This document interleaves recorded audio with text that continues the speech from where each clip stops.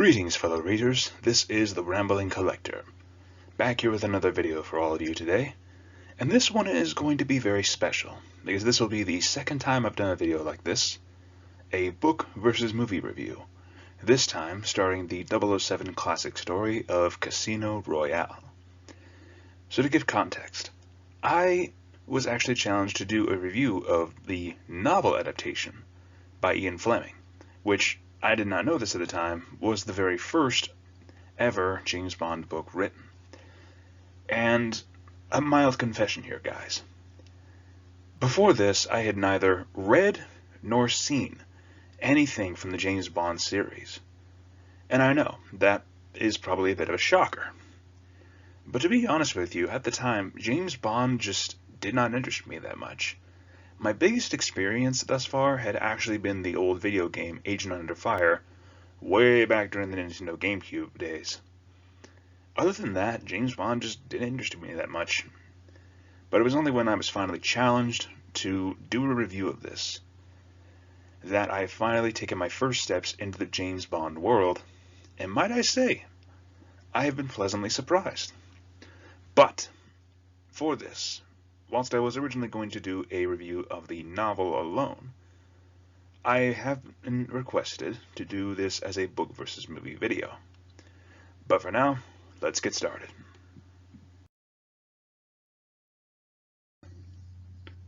So first up, let's talk about the plot and setting real fast. So, the funny thing that I did not know was just how old James Bond really is. Like just the whole series of itself. The novels especially, as well as the films. For one, the main plot of this is about James Bond, our titular hero, going on a mission for MI6 to take down a crook known as Le Chiffre. Now, the difference here between both of these is that the novel itself actually was written in 1957, whereas the movie was written in 2006. Now, let's take a look at the different time zones here. For you see, both of these had the same titular plot of this being James Bond's first ever mission as a 00, whom normally do not have a great lifespan altogether, but this goes to show Bond is very inexperienced and just getting his wings as a 00 agent. Now, with Casino Royale, the setting that it takes place in is actually during the time of the Cold War. Because throughout the book, we see mentions of the USSR, communism, Russian spies, all of that, or even double agents or things of that nature. Whereas, the movie adaptation does a more modern take, with Le Chiffre himself being more of a criminal banker, funding many different illegal operations around the world.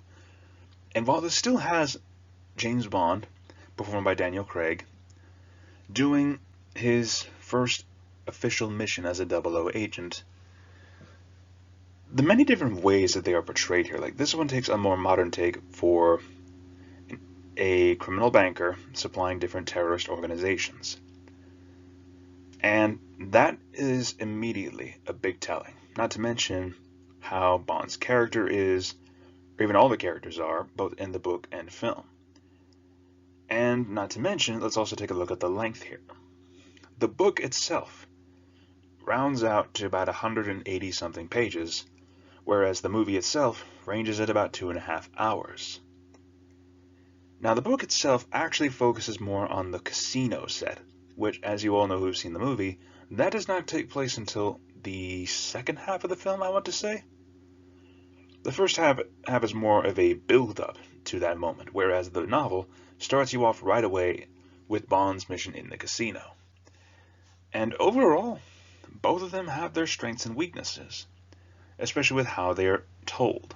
For instance, the movie adds a few more stakes, such as, for one, Bond himself getting poisoned during the course of the poker games, which both of them have very different ways in what games they are playing. For instance, in the novel, it is a game known as Baccarat, whereas in the movie it is a simple game of Texas Hold'em. Now, one thing that I definitely liked about the book was that it goes into detail with the Baccarat games. And I apologize if I am mispronouncing that word. Please forgive me. The Texas Hold'em was interesting to view, but really in the novel, when you have that emotion, that explanation, does very well in describing the tensity, or I should say intensity, of gambling and poker in general. Not to mention, Bond himself in the novel is portrayed as a bit of a gambler himself, loving the intensity that he's a bit of an addict for it, for taking that chance. Whereas in the movie, he seemed a bit more cautionary, but also he seemed way too good at poker playing. Now, again, another thing is, like I mentioned, the modern and older setting. But I will dive more into that when I discuss more of Bond himself.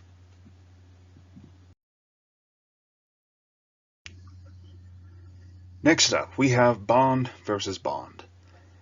Now, again, this might be me just picking at little bits and pieces here and there, but when you look at the two different Bonds, they are drastically different characters in how they are written.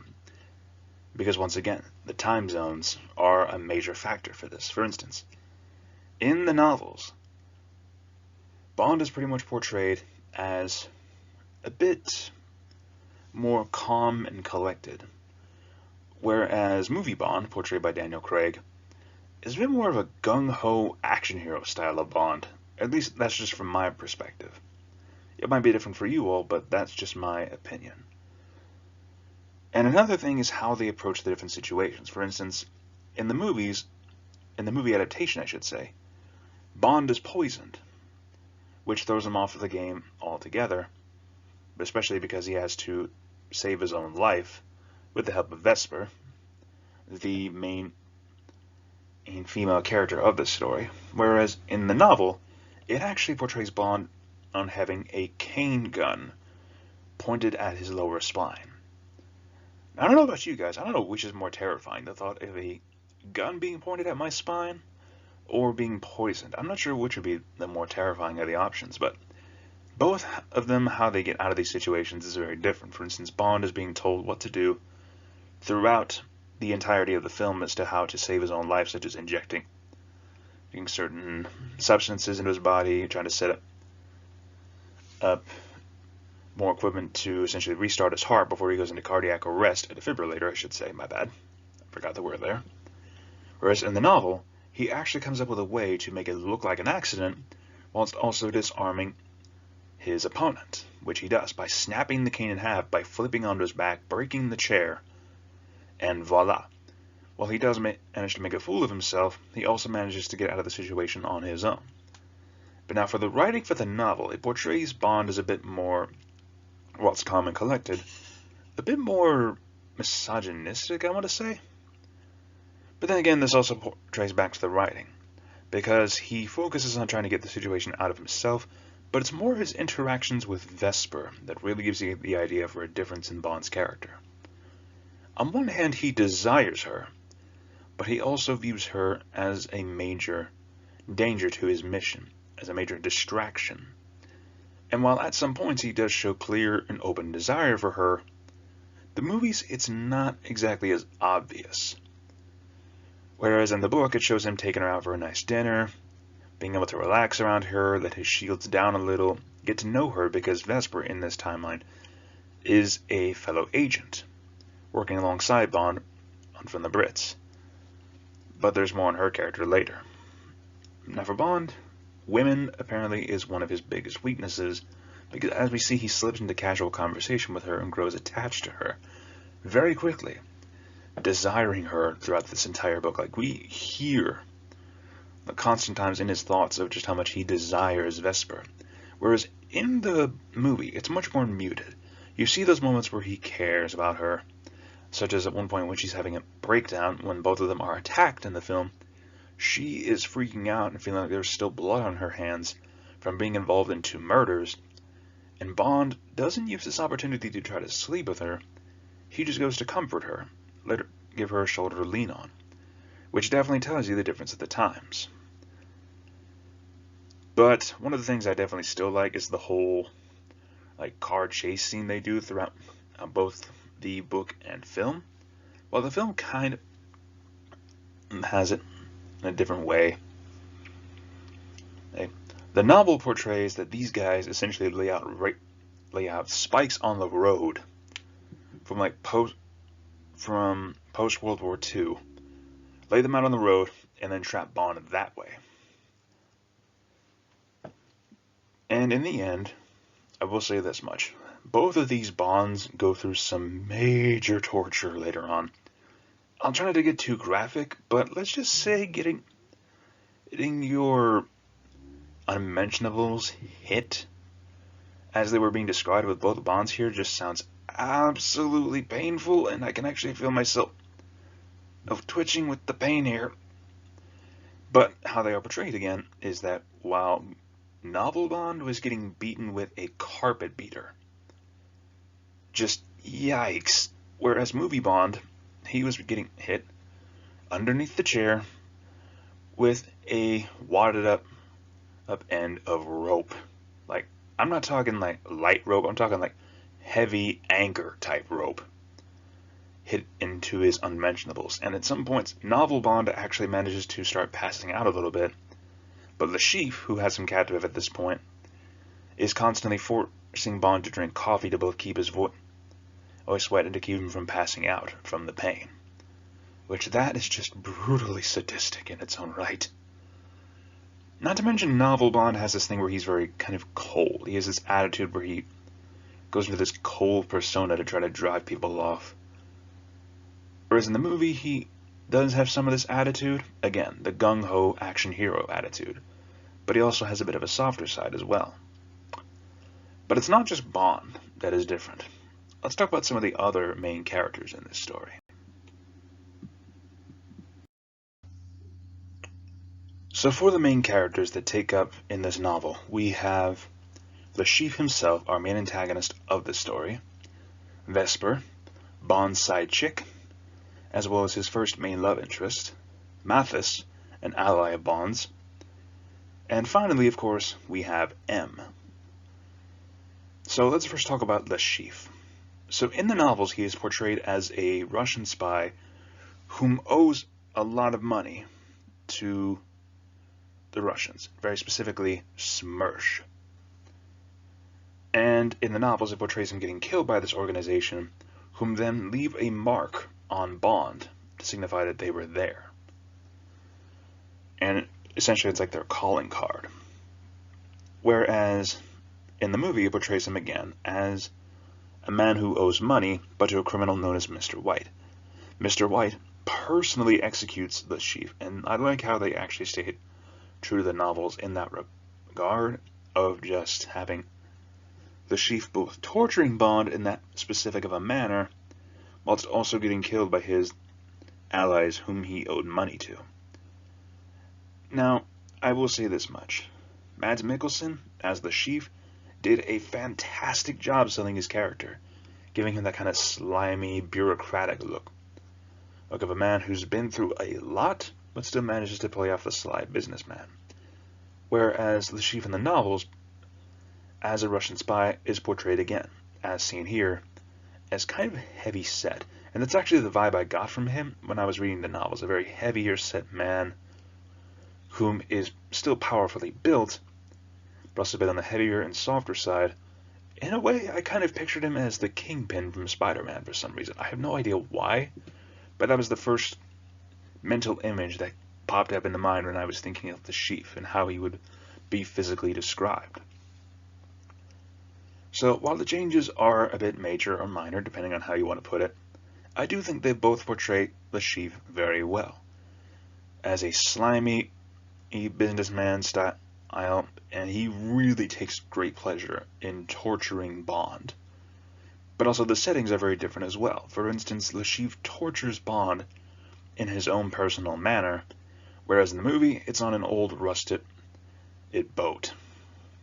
Regardless of one way or another, the torture methods were just as painful, with Le Chiffre having a very diplomatic voice. Like in the movies, he is portrayed as just threatening, but in the novels, it portrays him with this calm, almost parental tone of voice as he is talking to Mr. Bond.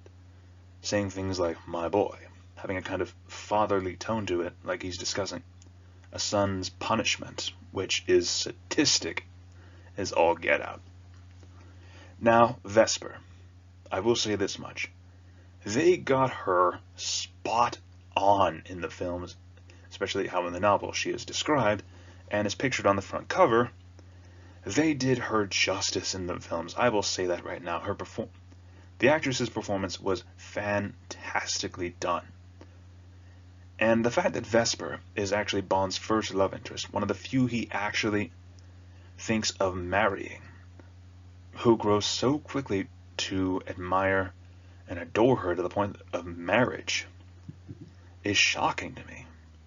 Not to mention how in the movies it's even exacerbated on this. It's put more on this topic because Bond actually quits MI6 for a brief time to marry Vesper and live a happy life with her, which makes Vesper's betrayal further on hit all the harder because of this. But I like how in the novels and movie there are very different reasons for this. But it is very clear from the get-go, near the end, after her death, that she truly loved Bond very deeply. For example, in the novels, she is portrayed as a double agent, working for MWD, as well as the British, but because of this, her lover was also being put in peril, so she had to work as a double agent to keep her lover in Poland alive. But in the end, she chooses to try to abandon her old lover, to choose a life with Bond in the novels. And even then, though, when she realizes that her old colleagues are catching up with her, she chooses to take the suicide route in order to essentially protect Bond in a way. And it's the same thing in the movies. Because with gangsters are after her, and she tries to give the money that Bond won, which should have been transferred to the British Treasury, she tries to use that money to essentially protect Bond. In both cases, she is protecting Bond out of love for him, just with different motivations behind of why she does what she does. Vesper's portrayal is tragic in a way. Because Bond, like I mentioned before, wanted to marry this girl, and this follows him throughout the series, apparently. In the end, I thought she was a very good character. Someone who was calm, collected, was able to keep up with Bond, all of that. Now, let's talk about the two biggest differences here. Mathis, Bond's ally, as well as M, Bond's superior. Now, Mathis, throughout all of the novel, never gives any signs of betrayal or anything like that. Never once does he give any inclination that he is going to double-cross Bond. Whereas in the movie, it's completely caught off guard when the chief pretty much tells Bond to his face that Mathis was also his man as well, making Mathis the double agent, and possibly Vesper as well. But throughout all this, one of the things I really liked is how, when Bond is strapped into the hospital bed in the novel, Mathis is there to provide company as Bond essentially talks about his past kills that wound up with him becoming a 00. One of which was actually a sniper assassination in a major city where he was partnered up with one man, and with 2 sniper shots, they were able to take this target out. And another was with a knife. Whereas in the movie, it's portrayed that he actually had to kill a fellow 00 who was selling information to the enemy, as well as their subordinate, their helper. It really surprised me when they had Mathis as the double agent, only to then get arrested later on by Bond for the supposed double cross. And even when it's possible that Mathis is not the double agent, Bond still insists on having him locked up and interrogated, even after it is shown that Vesper herself was the double agent, the informant. Now, for M. M is a constant character within the James Bond series. I understand that. But it really catches me off guard that they were gender swapped. Like, I did not know that M in the novels was portrayed as male, because I knew of M as constantly female from both the video game as well as the movies, or at least the glimpses I had seen of them, which is only further grounded by the fact of her appearance in Casino Royale as Bond's CEO or boss. Now, I really like the different portrayals here of how apparently Ian Fleming actually bases M off of his former commanding officer, which is actually pretty cool, in my opinion. And M in the novels was portrayed as very stern, but also understanding, which is kind of the portrayal you get from movies M. But also you get the feeling that she's apparently supposed to serve as a maternal figure for James Bond. At least that is the vibe I'm getting here, or at least the intention I'm possibly reading here, that she is meant to serve as a maternal figure for Bond as well. But these are all just the main character differences that I've seen. But let's go down to the main question, shall we?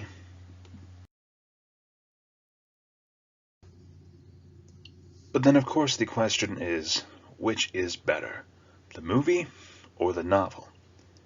To make a long story short, I would say the answer is neither. They both have something unique to offer for any James Bond fan, whether it's you want to read the very first novel, or if you're a fan of Daniel Craig's performance. Either way, they all have something unique to offer, and I cannot thank Brevin enough for introducing me, finally, to the James Bond series. Anyways, you guys, if you like this video, feel free to leave a like, comment, and or subscribe. And once again, thank you for listening to this crazy man's ramblings. I hope you all have an awesome day. This is Rambling Collector, signing off. Have a wonderful day, my fellow readers.